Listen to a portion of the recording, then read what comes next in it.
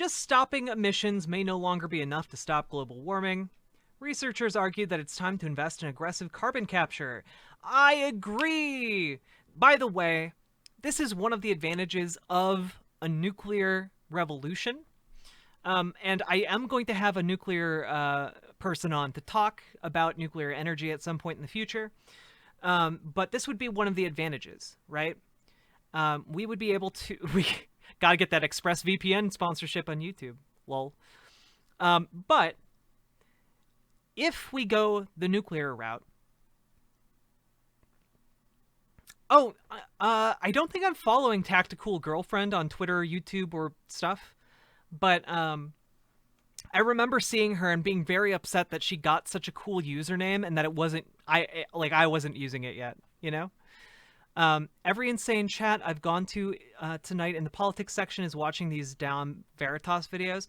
Yeah, we talked about it already. You don't have to worry about it anymore. It's fairly straightforward. It's a grift, and there we go. We finished. We already watched the audio. It's done. And also, I'm not not. Are you kidding me? I don't have the attention span to sit through 2 hours of raw audio. I just found someone else to do it for me, and then I capitalized off of their work, and then I just watched it. A nuclear person? No, not a nuclear powered person, but someone who's familiar with like nuclear power as a source of energy. Check out J-Boy G's link, by the way, for local activism. This is one of the things that I'm excited about. If we do go nuclear, then we have excess energy to power carbon capture machines. The energy intake of carbon capture right now is fairly large. However,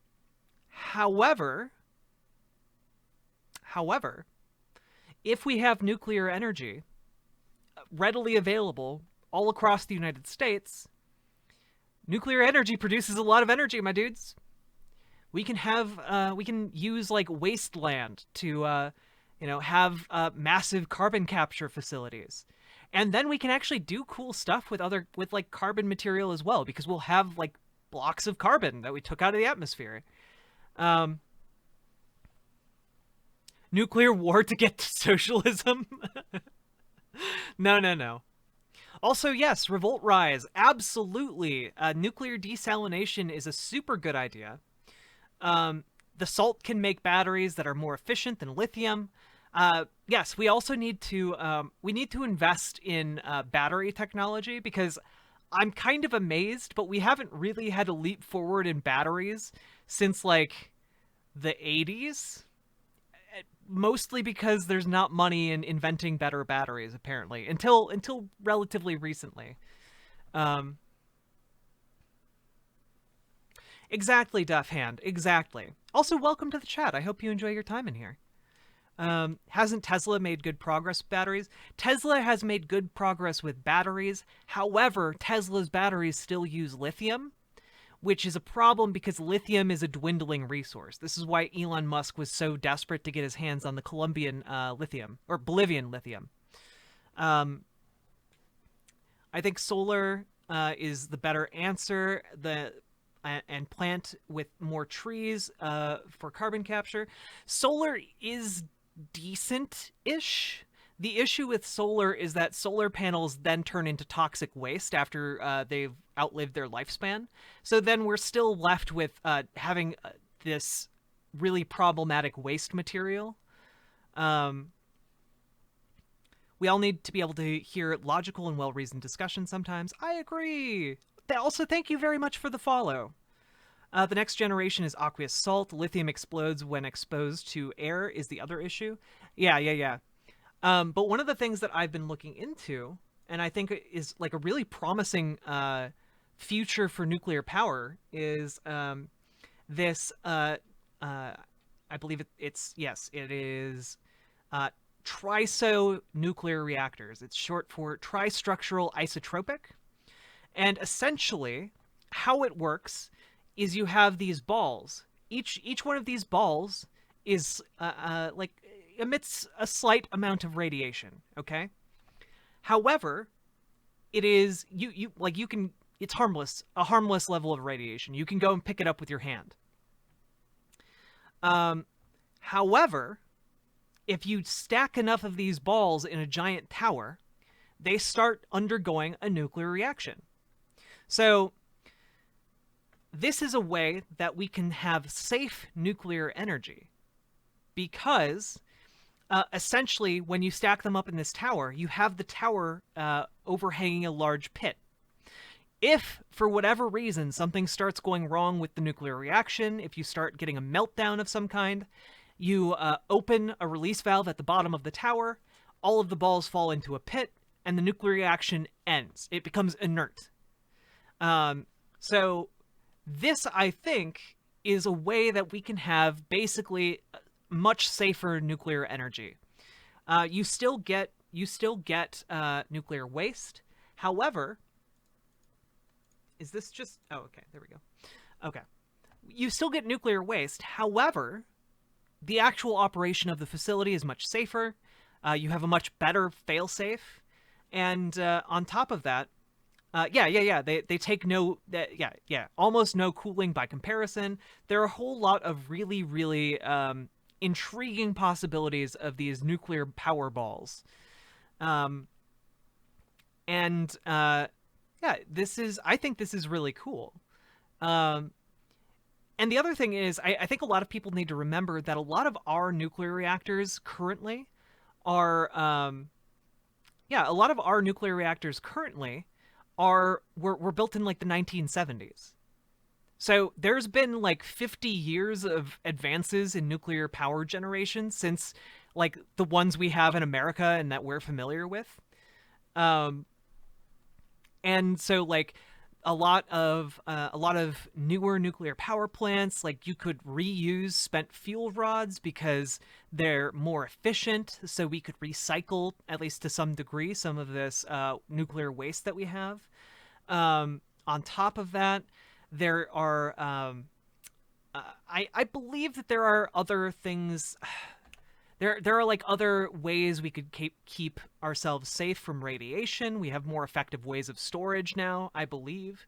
And especially if we're going to have like a nationwide system wherein we have nuclear power become our main thing, or even if it's like a hybrid between renewables and nuclear energy, I would imagine within that budget we would also have a massive amount of money dedicated to making sure that we have a way of disposing of these nuclear materials in a way where we can store them and they stay out of human interaction for the next couple hundred years.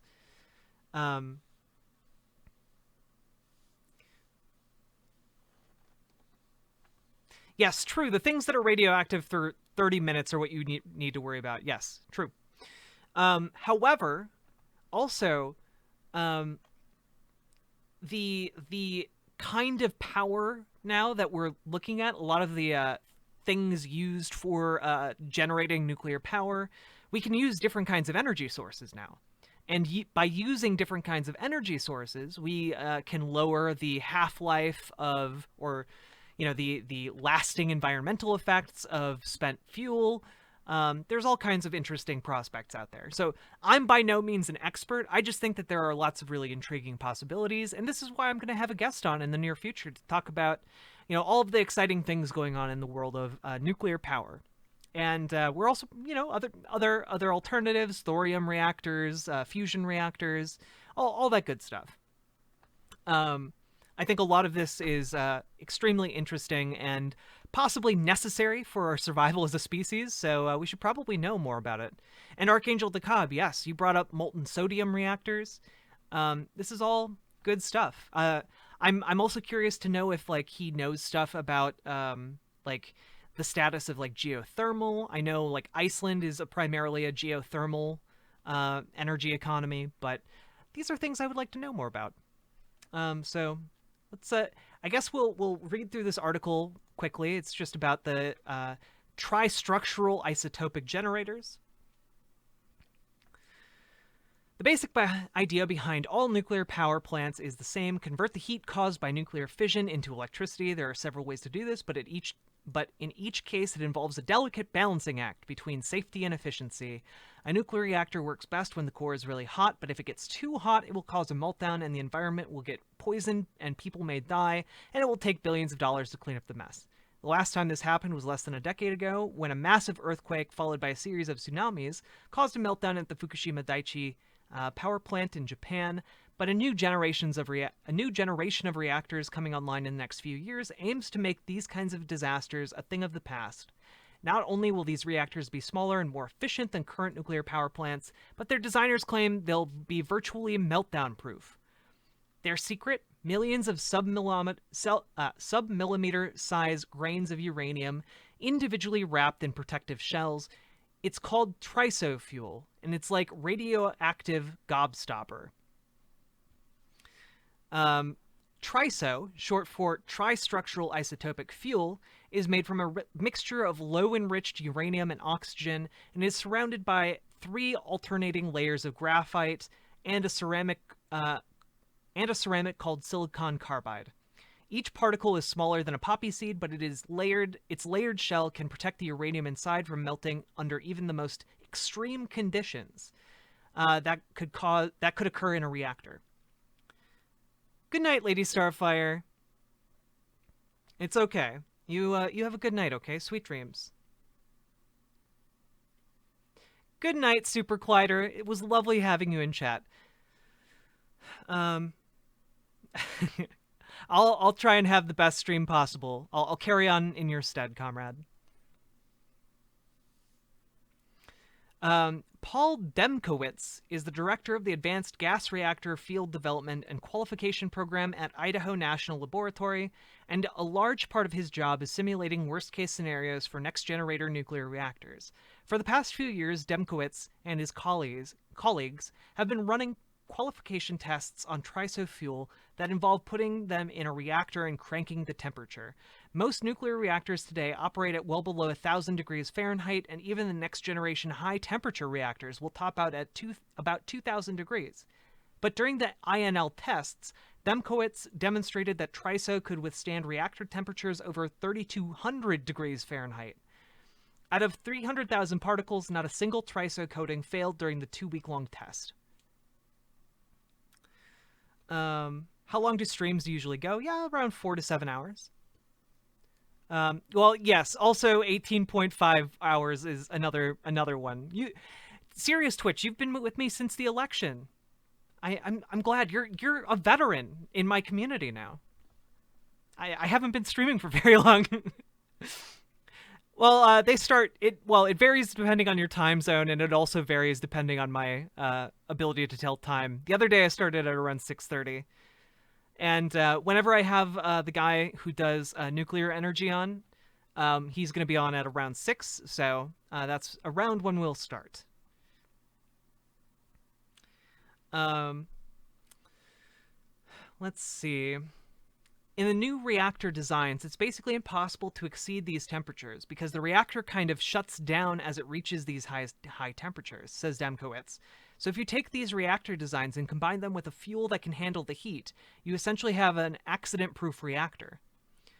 In a conventional nuclear reactor, the main line of defense against a meltdown is the fuel control rod, which the power plant operators use to control the fission rate in the core. If things get too hot, they push more rods into the core so the fission rate and the temperature goes down.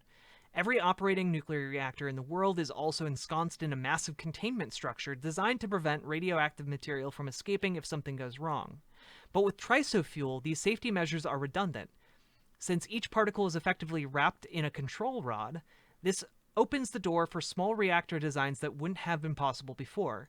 Now you don't have to build this large containment vessel that costs hundreds of millions of dollars for a reactor, because the fuel carries its own containment, says Joel Dulling, the president of the Nuclear Operations Group at BWXT, a company that also makes TRISO fuel and nuclear reactors. So you can have a reactor that fits in a cargo container and still has the safety features of a traditional commercial reactor.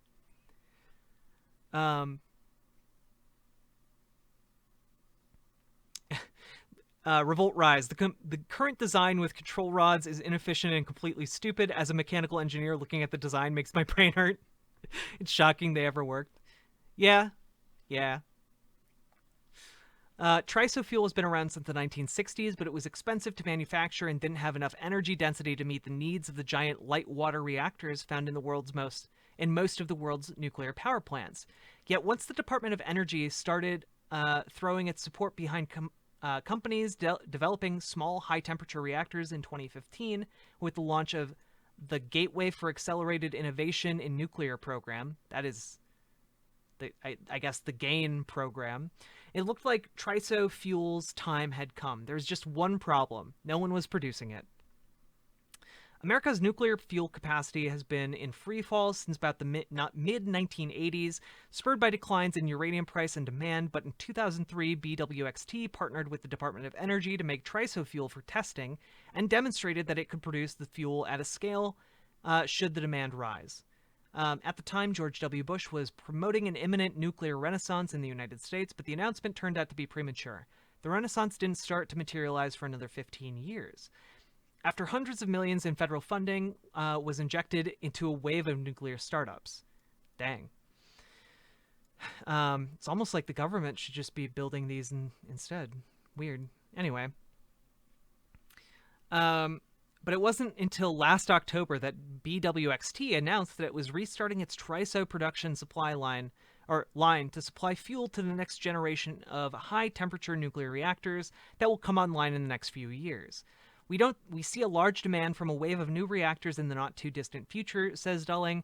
By the late 20s and early 30s, TRISO will take over as the dominant fuel type.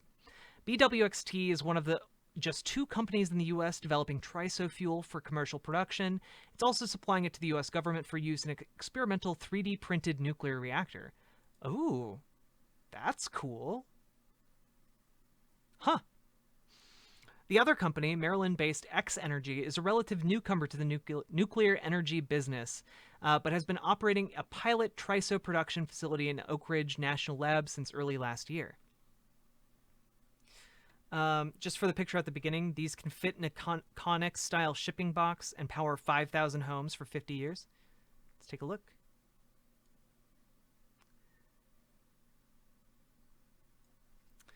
First major modular nuclear project having difficulty retaining backers. Wow.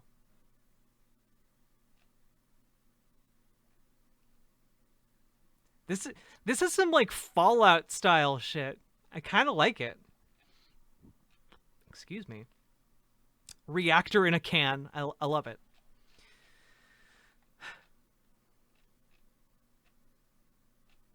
And this is, by the way, why I'm kind of the opinion, hey, we need to throw everything at the wall and see what sticks when it comes to energy for the climate crisis. Interesting. Turning raw uranium into TRISO is a multi-step process that begins by treating the uranium, either ore mined from the earth or down blended from weapons-grade material, with chemicals to turn it into gel-like beads. These beads, each only a millimeter in diameter and the consistency of a jelly bean, interesting, are then put into forbidden jelly bean. Are then put into a furnace that is injected with gases that break down in the oven, depositing thin layers of graphite and silicon carbide around the uranium kernel. The result is a lot of indestructible TRISO fuel particles that are pressed by tens of thousands into cylindrical or spherical fuel pellets. These pellets made by BWXT the pellets made by BWXT take a more conventional shape, a small cylinder the size of a bullet. But X Energy is putting its TRISO fuels into a shiny silver orb the size of a billiard ball. Clay Cell, X Energy's CEO, wow, that is certainly a name, Clay Cell, and a former U.S. Deputy Secretary of Energy, likes to call them power balls and says they'll be used to fuel the company's new reactor, the XE100. Let's just take a look at it. Wait, this is it? This seems is I guess I want to see the scale of this. This seems really small.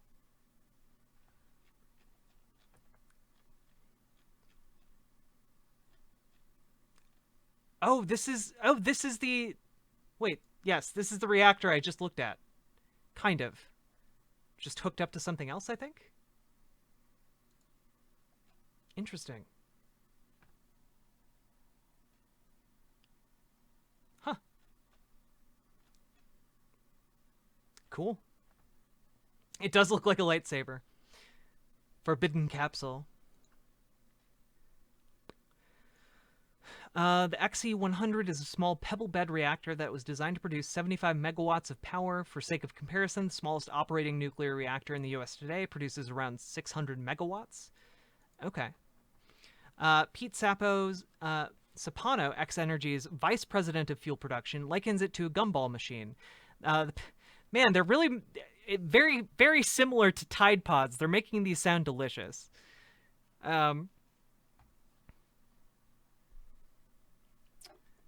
Okay, they're a competing company. Gotcha. The Powerball goes through the core, comes out the bottom, then goes back to the top. It'll take the TRISO ball about half a year to complete the cycle through the reactor's guts. It can pass through the core 6 times before it needs to be replaced. Interesting. There are other benefits too. Rather than needing to have miles of open space around a reactor, future plants running on TRISO fuel could be situated close to their users, Cell says. It is physically impossible, as in against the laws of physics, for TRISO to melt in a reactor, says Cell. And when you start with a reactor that can't melt, your safety case completely changes. True. This is part of the reason why the Department of Defense inked a deal with both X Energy and BWXT this year to develop a small mobile nuclear reactor for remote military bases, and why NASA is considering TRISO fuel for nuclear-powered spacecraft. Like every other commercial advanced nuclear reactor, the XE100 is currently under review by the Nuclear Regulatory Council. It's a lengthy and arduous process, but if the regulators give it their stamp of approval, Papano says X Energy is prepared to do a full-scale demonstration of the reactor before the end of the decade. Damn, that's so cool! Super cool.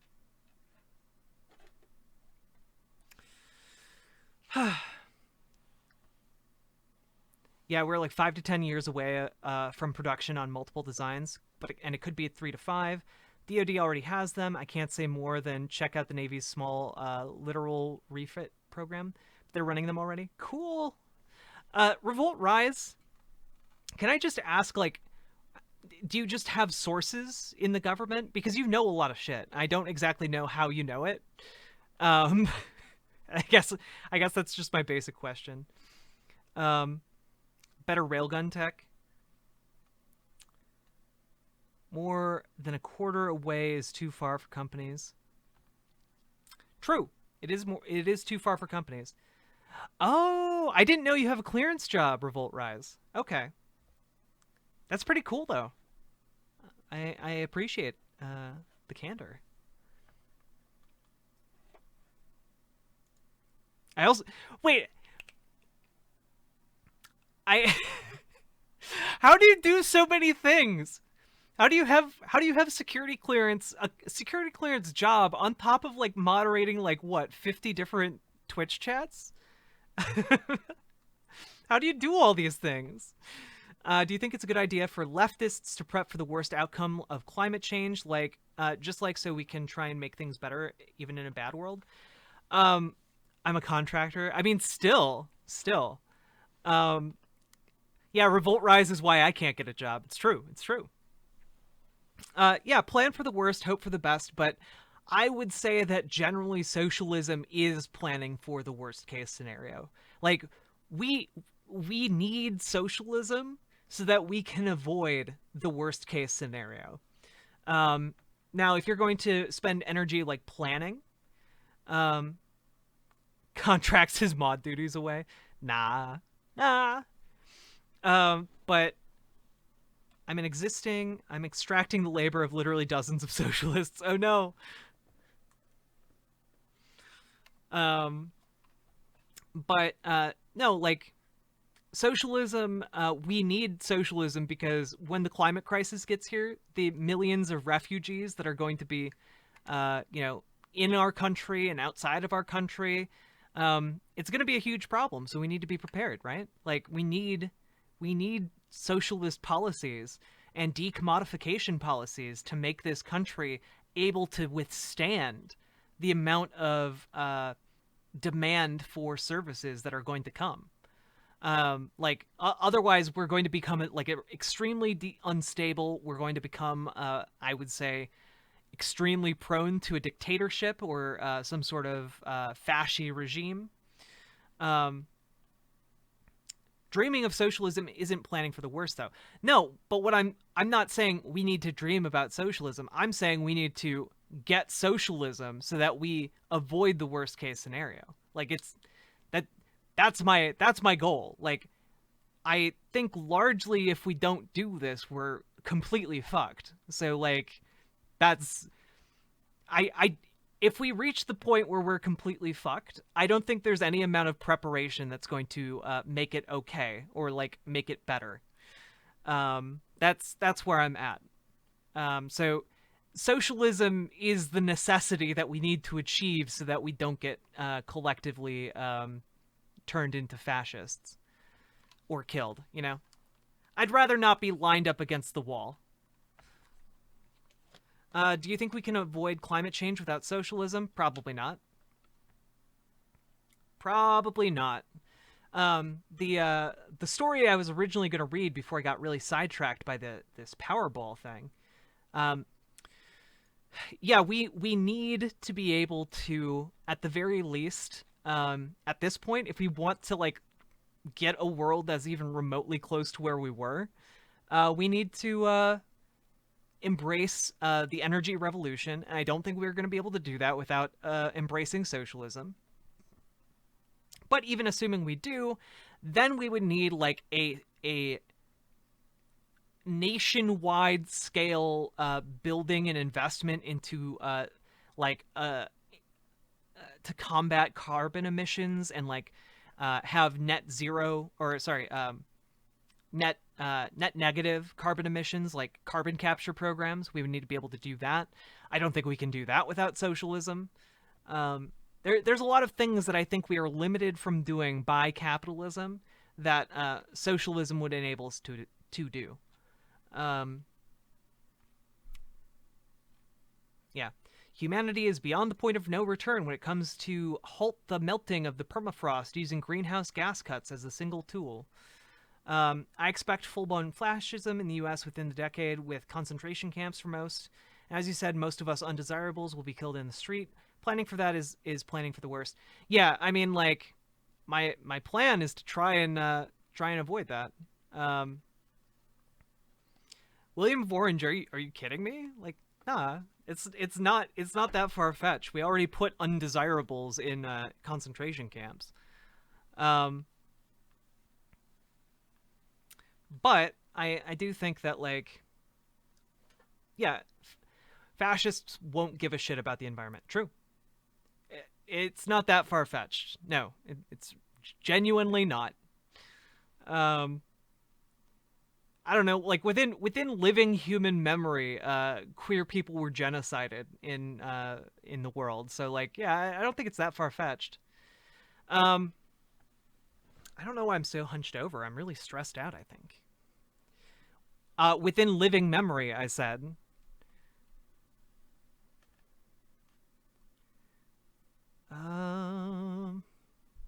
Yeah, within living memory, yes.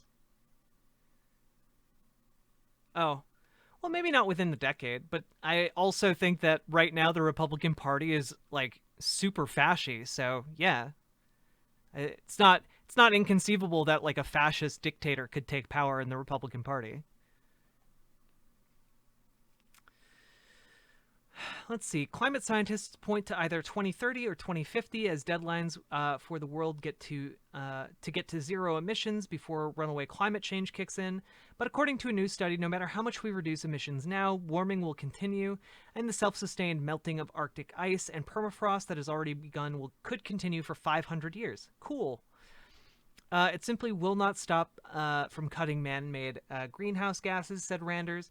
We need to do something more in order to stop it. He and co-author Ulrich Goluk, an associate professor at business school Lausanne in Switzerland, made the case that it's time to pursue more aggressive climate strategies like carbon sequestration. They modeled the impact of of greenhouse gas emission reductions on the global climate from 1850 to 2500 using data from a variety of sources.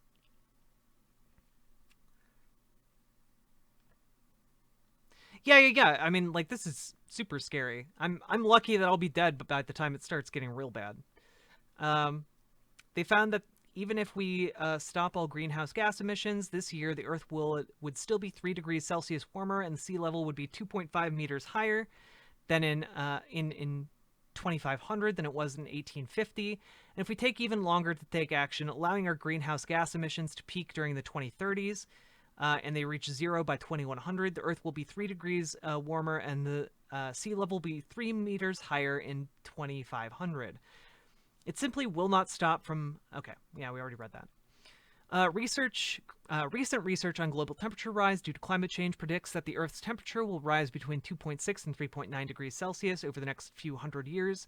NOAA scientists project 2017 that the sea levels will rise between 12 inches and 8.2 feet by 2100.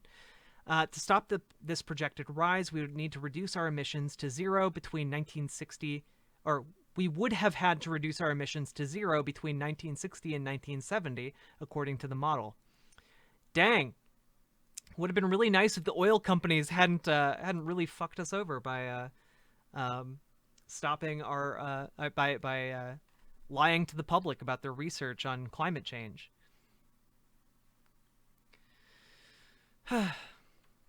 Randers says it's urgent that larger organizations like NASA and NOAA... Who's messaging me? Why? It's a mystery. It's a mystery.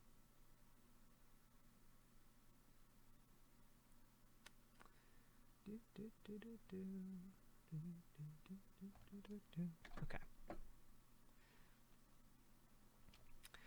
To stop this projected rise, like NASA and NOAA, check that their climate models address the self-sustained melting he and Gulke saw in their model.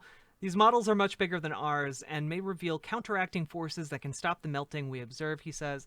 Self-sustaining melting is caused by three things. First, there's ongoing melting of Arctic ice, which decreases the area of ice that can reflect the sun's light and heat back to space. As a result, the remaining ice and permafrost absorb more heat.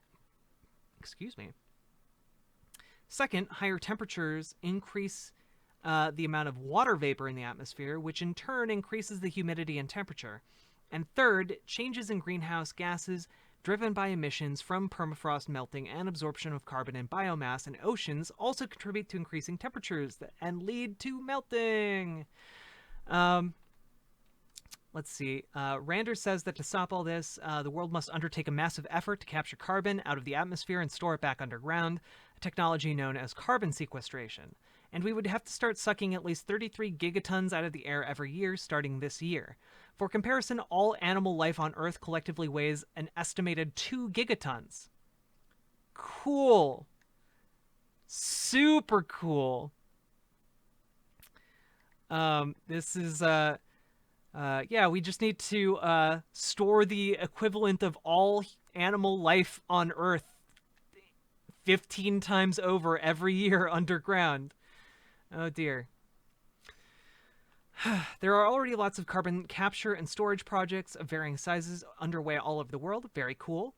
Startups like Global Thermostat and CO2 Solutions and multinational corporations like Shell and Chevron have launched such projects, but none of them attempts to tackle carbon capture at the scale that Randers recommends. He says we need tens of thousands of huge plants to capture and store the carbon for at least 100 years. Huge plants that we could probably power with nuclear energy. It's a very big job, Randers says, but it's equivalent to the work involved in putting all man-made CO2 into the atmosphere, which has taken us 100 to 200 years of industrial activity. Getting it out again will be the same type of effort. Oh boy. Yeah. Let's see.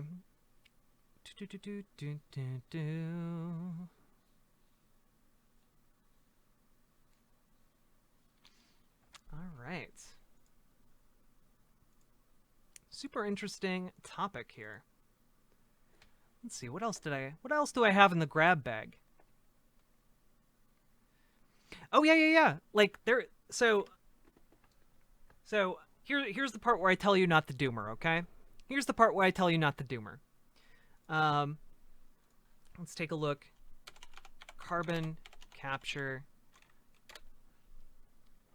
All right.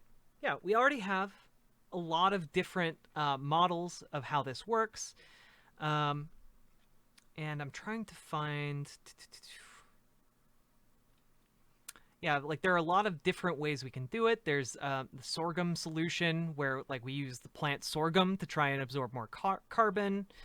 And true, we do have trees. Trees are a wonderful way we could try and change this. The problem is that again they're like a long-term solution, and I think it might be harder over time to find the arable land for trees, given that yeah, it's not great, because our planet's dying. But if we invest in if we don't have the arable land for trees, we do have the land for factories. In which case, carbon sequestration and carbon capture are pretty unique and cool tools that we can use. So let's take a look here. Yeah, right now we're at 40 trillion tons a year captured. That's not nearly enough at all. Let's just take a look here.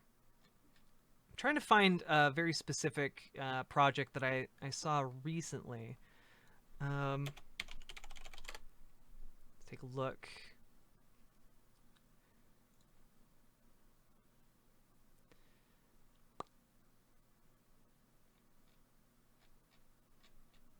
I think actually this is it, yes.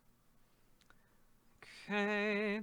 Machines that suck CO2 directly out of the air could cut the cost of meeting global climate goals, a new study finds, but they would need as much as a quarter of global energy supplies in 2100. That sounds like a lot, but you know what? You know what would help? If we had a bunch of nuclear reactors that are constantly pumping out energy. That would help a lot to power these factories. And much more, you know?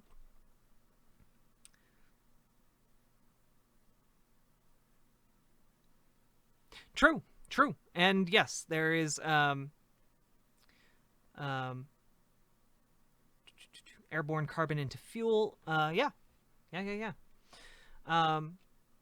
So negative. Oh, that's what I was looking for. Negative emission technology. Okay. Let's just take a look at this. Okay.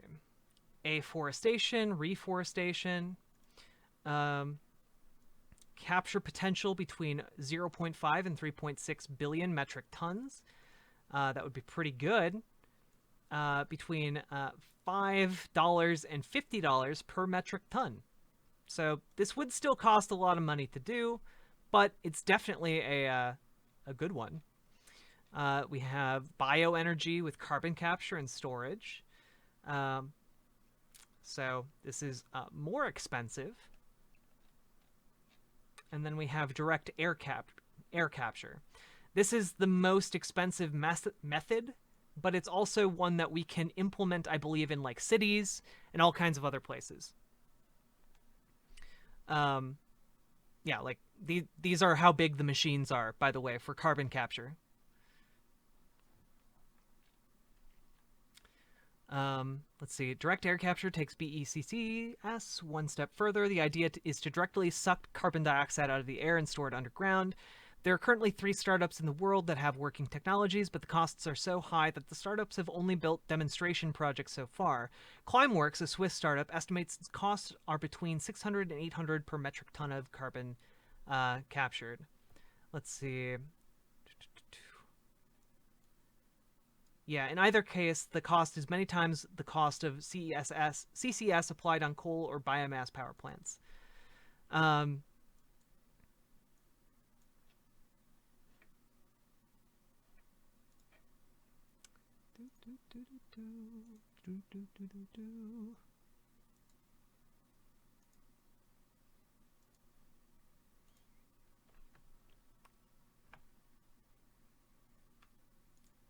See, somebody sent me a link. Thank you very much, Ashley.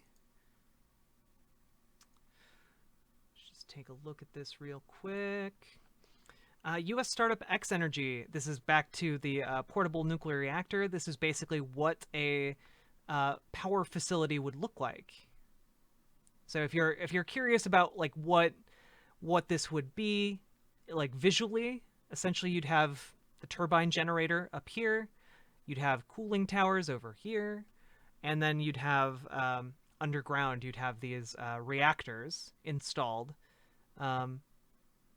with the spent fuel casings over there.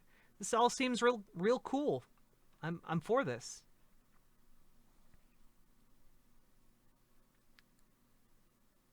Yeah. Huh. Neat.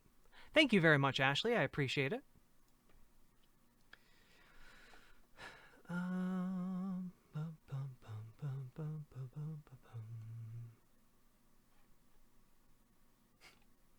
Well, we could probably build something on top of them, you know? We could build like a nice little garden area.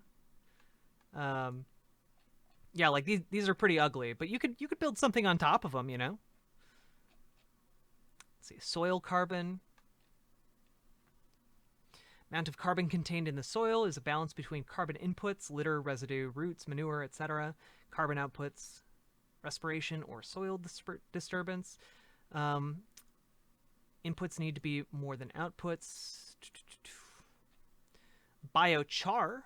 This is interesting. Biochar is created by the thermal degradation of biomass, usually wood, in the absence of oxygen. When added to soil, it has the ability to increase the amount of soil carbon, more than what can be achieved through conventional means. By storing carbon, the use of biochar leads to greater retention of water in soils and reduction in methane and nitrogen emissions. Neat. So far, it hasn't been scaled up, though. Enhanced weathering. Oh yeah, this is what Donald Trump was. I think this is what he was complaining about with the small windows and rebuilding buildings. Oh yeah, we're just talking about climate change stuff and solutions that convince us not to doomer. This is a hope pill channel. Also, hello Backstrid. I hope you're having a lovely day and a lovely time. And thank you very much for the follow. Lead requires large windows. Hello, Mighty Squatch. How are you doing?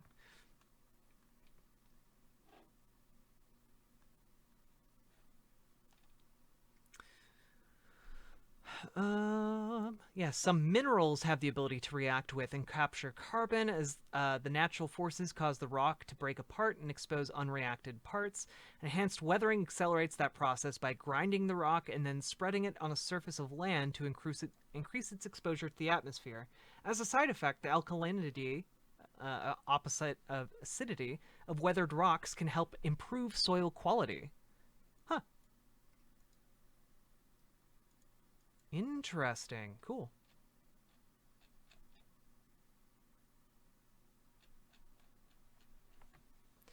I really respect how respectful you are. I'm independent but lean more right, and you respectfully told me I was wrong. Oh, well, I'm glad I could do that, I don't think people who disagree with me are inherently like bastards or anything.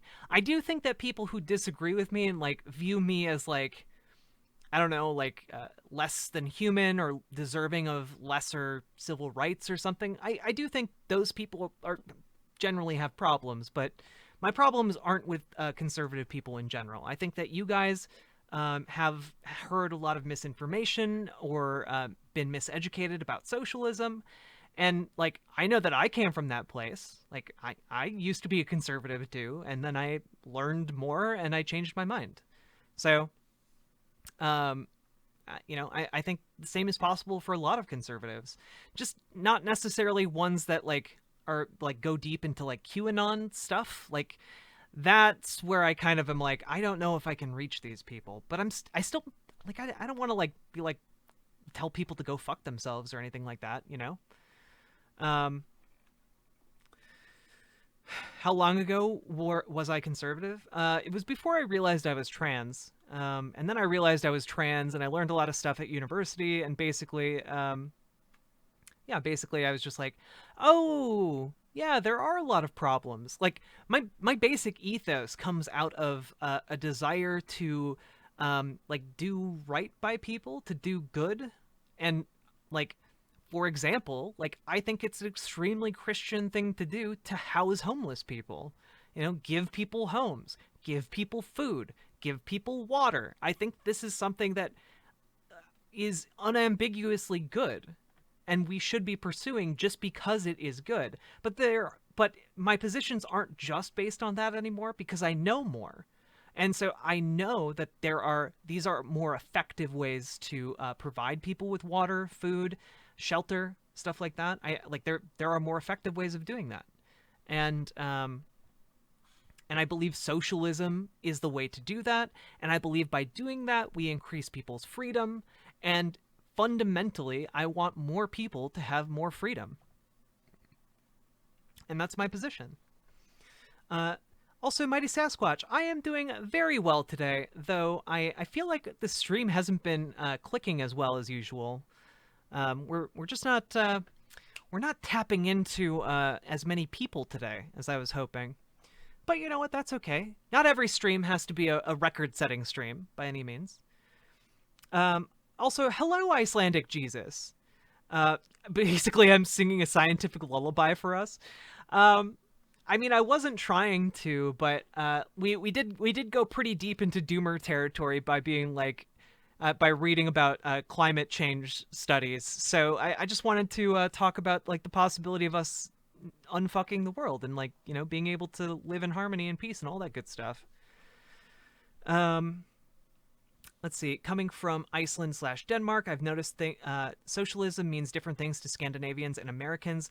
Yeah, that's one of the issues, Icelandic Jesus. Like, there's a lot of misconceptions in America about socialism, and I think there's also a lot of misconceptions even among European countries about socialism. Because like the basic definition of socialism that I have is that number one, workers control the means of production, and number two, you decommodify like a significant portion of the economy. And as far as I can tell, like that doesn't apply to most European countries that I'm aware of. Like workers don't seem to control the means of production in those countries, right? Um, so it's just been like largely something I'm kind of like. I mean, I have no doubt socialists in these countries tend to advocate for those positions, but I want to just make it really clear what these like what the position I believe should be in the United States, and make the argument for that. I really think we need to do that as a community and not rely on the government. Well, that's the thing, though, right, Backstrid? Like the community, the collective will of the community is the government. So I think the government should reflect the will of the people and take care of these priorities.